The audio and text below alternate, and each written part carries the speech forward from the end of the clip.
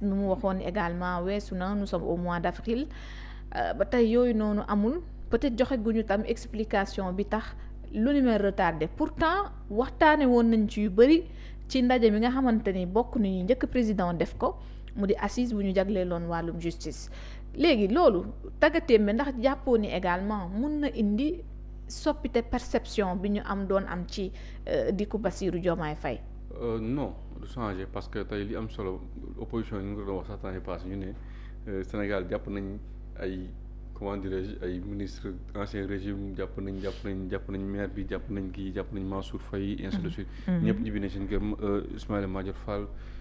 jàpp nañ ko def nañ ko bracelet ainsi de suite. te Ismaïla Madior Fall sax fàttali naa wax si diggante bi dañ ko dindi bracelet bi parce que El Malick Ndiaye il était président il était amoon na bracelet te xale la woon n'est-ce pas. ñu jox ko bracelet bi nekk président assemblée nationale ñu dindi ko.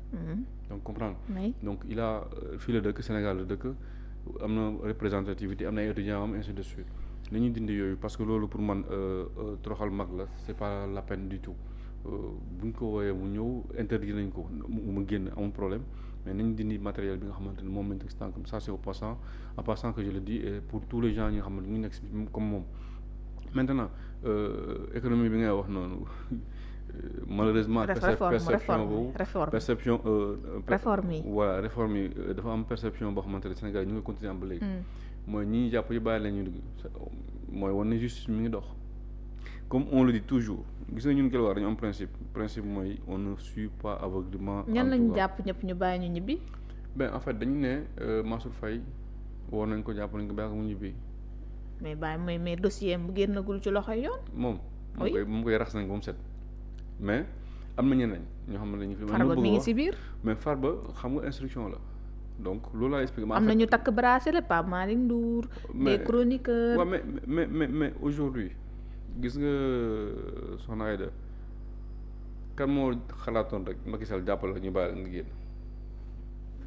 mais Macky du président Diomaye. waaw dama ne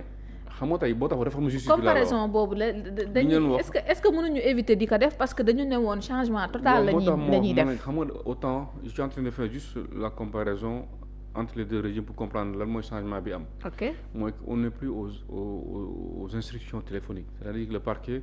à l'époque c'est le parquet qui est le maître des poursuites xam nga ko. le procureur da lay neex rek nga xool mën a dama jëli ki la ñoom jëli ko. tey d'où la nécessité des juges de liberté boobu ñu nga xamante ñu koy wax boobu léegi pour ñu permettre détention yi nga xamante ne amul benn voilà palpable lu leer te ñu mën ko peser mooy que justice bi doxatul en fait le parquet n'est plus comme le parquet des anciens parquets boo xoolee mën nañu woo tey presse bi ne dañuy tëj nga dem ñu déglu la delloo la maintenant enquête nag c'est le juge qui détermine ban décision pas délibérée lay andi sur ce dossier en fonction des éléments à sa disposition moom moo ko mën a qualifier donc si loolu lañu nekk et la justice aujourd'hui je pense que elle respire beaucoup plus en tout cas qu'avant et li si ëpp solo aussi ñu jàpp ko perception bu Sénégalais yi di am c'est souvent sur des dossiers politiques bu ñu jàppee politicien rek Sénégal yi am problème mais il y a des centaines de dossiers de justice des décisions de justice rendues dans ce pays kenn du dëgg kenn mais il suffit nga jàpp benn politicien coow li ne cour Sénégalais yi gaz presse bi wax seen mbokk yi génn ainsi de suite moo tax dossier toujours man dossier dama naan nañu xaar ba cëppaandaw way xool lan moo nekk ci li nga xamante ne dossier bi parce que ku nekk xam nga sa dossier ku def xam nga ku deful xam nga juge nag ñoom ñooy juger ñooy apprécier en fonction des éléments mis à disposition yi nga xamante ne moom la ñu yor loolu c'est pas moi c'est pas mais les milliers de juges dañu leen war remercier sax keroog maa ngi dégg président Diomaye fere ca rentrée bu solennel bu bâtonnier muy évoqué dossiers yi nu mu baree ak magistrats yi nu ñu manqué. waaw moo tax ñu mais yooyu yëpp tamit jéego yu ñu waroon def moo ko war a accompagner. waaw mais agence bi ñu ko dindee rek après université bi dina produire en tout cas fac droit science juridique dina mën a gën a yaatu dina gën a mën a préparer li nga xamante ne moom mooy les magistrats pour en tout cas pour tous les Sénégalais. tey loolu moo fi nekk te Dakar dafa concentré lu bëri donc on va revenir sur notre émission am nañu proposition ñun les Guelwaar sur la possibilité quand même de déconcentrer en tout cas la justice pour que ba nga xamante ne Sénégalais yi dootuñu sonal ci leen. beneen bi mooy aussi vous me permettrez de le dire ñun gisuñu opportunité ñu ne justice bi dañ ko defar pour les Sénégalais.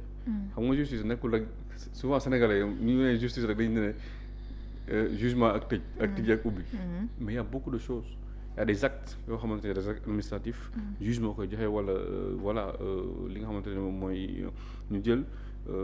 tey le cri de cœur que tous les Rufisquois je dis tous les Rufisquois ñu ku mu mënti nekk nga nekk opposition nga ñàkk nekk opposition ñu ñëw fekk tribunal bu nekk Tëngéej jël ko yóbbu ko ba jom ñaaja yow léegi da nga am ñaari coono bi ñuy jàpp sa mbokk wala coono bi ngay ut pour papier da nga ñëw au lieu nga ñëw ba Tëngéej ñëw foofu fi nga xamante ne mooy juge tribunal da ngay dem ba jom ñaaja opportunité boobu gisuñu ko à la limite même bu dee da ngeen bëgg a yóbbu tribunal bi foofu ñu bàyyi li nga xamante ne moom mooy les dossiers lu mel ni ay certificat de nationalité des casiers judiciaires ñu bàyyi ko annexe foofu defal benn annexe bàyyi ko foofu su ko defee sénégalais yi bañ a di sonn Rufisquois yi ou bien ñi nga xamante ne ñoo soxla papier yi parce que dafa war a nekk lu oyof maintenant avec la démat on va essayer de voir parce que gis naa soxna Yacine Fall madame le ministre di expliquer si démat lañ jëm on verra ce que ça va faire si c'est démat bi baax na aussi je pense globalement que c'est une bonne chose. réforme yi bu ma si desee président bi mu annoncé woon dem na sax tey jii ba député jiitu ko si dugal ko ci assemblée nationale ndax gënul woon itam bu baraloon mu nekk ab projet bu jógee ci moom article L29 et 30. article L29 article 30 bon projet ou proposition pour nous le plus important c'est la conséquence positive en tout cas. De ces lois ou des propositions de loi qui sont mises sur la table du président de l'Assemblée nationale réforme opposition bi laay wax parce que ñun ñoo andi problème bi yëpp. opposition bi lu ci yoonam. lu tax moo opposition moo andi député passé bi ñoo ko yóbbu assemblée. waaw mais xam nga opposition bi boo yóbboo loi rek je me rappelle ñu ne ñoom soxna kii Aïssatou Tall ak ñu ne Abdou Mbow ñu ne non parce que dañ ko bëgg a taaye def ko. dañ ko taayal Ousmane Sonko. taayal Ousmane Sonko. oui mais il faut ñu xam Ousmane Sonko amul dara lu ko tere actuellement fu ñuy wax mu nekk candidat mu nekk électeur. parce que boo xoolee article 30 L30 bi dañuy jëm ci déchéance li nga xamante ne mooy ce droit politique et civique mooy que ni tey de façon provisoire. yow bu ñu demee ba nga xamante ne yoon delloo na si droit nga mën a ñëwaat ci fichier bi. nga mën a nekk électeur nekk. exactement opposition bi nee nañ non maanaam général Tine moo fi nekkee moom moo jàppale Ousmane Sonko. mu nekk ci liste yi du nekk mais il ne devait pas man leen mais s'il est dans la liste ba pare nga ne nekkul candidat man leen moo nekkoon liste bi législative. mais opposition bi foofu ñu gëstu tamit ñoom tamit xam nga ñun dañuy sonn quoi benn instant dañuy sonn Aïda di leen fàttali li fi jaaroon. ci ay élections yu mel noonu léegi beneen bi mooy. lii nii article yi bu ñu ko tëggee assemblée nationale dafay favoriser ñi nga xamante ne Macky Sall daawoon leen a écarté kenn dootu leen mën a écarté c'est-à-dire que tey Macky da lay xool ba mu neex la rek ne ah Karim bokkoo te noonu lay demee Khalifa bokkoo Ousmane Sonko bokkoo article L29 yii nii L29 ak L30 bi lu muy permettre tey dañuy sécuriser les citoyens sénégalais à garantir ses droits politiques et civiques exclusivement nga xam ne kenn du ci mën a def dara léegi nag beneen bi mooy ñu ne non dañ koy taayee à supposer même ñu am njort sax ñu ne lii pour Ousmane Sonko la ñoom la ma seen problème su koy bëgg xare dama la xare ji bul xool kii bokk ak ku dul bokk. maanaam ñoom nee nañu waruñu ko def lu individuel bi ñu koy def nañ ko def pour tous les Sénégalais. moom laa la wax sànq la loi. mais précipitation bi ci ñoom seen gisin mooy pour préparer élection législative yi di ñëw la de locales yi di ñëw la de. xam nga opposition bi nañu uti matière nañu dem uti matière je respecte certains je le dis ça loolu lu am solo am na ñoo xamante ne peut-être gis nañu tey c'est vrai que c'est pas facile ñu nekk ay jeunes di défendre on va Pape Djibril Fall boo xoolee mi ngi góorgóorlu nga Tiva Barthélémy Dias mi ngi ci opposition bi mi ngi góorgóorlu mais c'est pas ça du loolu mooy mën a yóbbu ñëpp opposition pour sori il faut que ñu am matière pour ñu mën a débattre ak li nga xamante ne moom mooy gouvernement bi être une opposition de contribution une opposition de proposition. mais li ñuy def nii baax na ñu xam position bi ak li ñu dëxëñ déjà gis nga opposition de communiqué yii FDR bi dañoo bëgg lëndëmal Sénégalais yi xelu Sénégalais yi du moins dañoo bu ñu wax nañu wax seen axulaay taala est-ce que proposition bu ñu yóbbu assemblée nationale ndax pour nit la mosul am benn proposition de loi ou projet de loi bu ñu adossé ci nit même loi amnistie bu muy jàll c'est pour les faits ça a facilité les faits les li nga xamante ne moom mooy affaire politique yooyu donc est-ce que dañ ko defal nit du pour nit mais pour nit ñi la pour sénégalais yi la pour que au moins aujourd'hui qu'on puisse sécuriser quand même ñi nga xamante ne bëgg nañ bokk ñu bañ leen ci génne élection 21e siècle ñu nekk ci naan dañuy bëgg a xool dañu éliminer kii dañ ko bëgg a taayal kii gis nga ku pare ñu taayal Ousmane Sonko ñàkk a taayal Ousmane Sonko loolu lu sonal xam nga la moo lay sonal préparer ce programme nga ñëw wax ak sénégalais ñu déglu la c'est ça le plus important mais dañoo dem ba finalement je l'ai dit plusieurs fois moi j'ai comme l'impression que ñoom benn dossier lañu am benn programme muy le premier Ousmane Sonko war na bokk wala du bokk mais nañ ñu wax ñoom opposition bi ci jafe-jafe sénégalais yi nekk fongale bi fële nañ ci wax yaanaam il faut ñu opposition bi am nañ xaalis opposition bi am nañ xaalis gis nga opposition bi am nañ xaalis c'est-à-dire am nañ xaalis am na ñoo xam ne ci opposants yi aussi ñu ngi jàppale sénégalais yi ça on le sait ils sont mën nañu wax ne ñii mën nañu am ci respect ci ñoom quoi mais xëy suba ba ngoon benn problème nga am toog ci climatiseur ba mu sedd nga woo fee nga ne Moussa Kaye bindal communiqué bi partagé ko presse bi pare nga ci c'est pas comme ça qu'on s'oppose je suis désolé boo opposé dañuy sénégalais yi nga xam ne seen jafe-jafe ñuy dund yow yaa ngi koy dund yaa ngi leen ci fekk di leen wàccal seen coono loolu mooy opposition mais bon malheureusement ak ku nekk nooy opposition donc on comprend parfaitement aujourd'hui boo xoolee opposition bu créé bu defee manifestation et on le dit boobu ba léegi ñi demande déclarer seen manifestation ñu leen di bàyyi opposition def manifestation déclaration de manifestation société civile bi lu muy am impact ci population mooy ëppale opposition di am impact. da nga xeeb ñoom seen yëngu-yëngal yi ñuy def non on ne sous-estime personne. mais dama leen ne déedéet monsieur li nag loolu lay nduru. non on ne sous-estime mbaa personne. opposition bi du leen bett. non on ne sous-estime personne. c'est-à-dire qu'aujourd'hui on a du respect pour l'opposition mais xam nga opposant da am nooy taxawee. opposition de salon de communiquer. waaw mais est-ce que yow loolu nga leen loolu tam franchement loolu moom mooy damay laajte xoolal opposition bi nawet bi paase kan nga gis ak Thierno Alassane Sall Bougane Gueye Dany Pape Djibril Fall nga si gis ñeneen ñi fu ñu nekk. mais APR mi ngi def ay sorties ñu ngi wax. ñu ngi demander des éclaircissements par rapport ak dette bi xaalis bu ñuy àbb ak yeneen que ça soit les députés et autres en tout cas ñoom niñ ko ñu. APR ban. APR. ban APR gis nga seen taxawaay à travers takku wàllu fële ca assemblée nationale. gis nga APR donc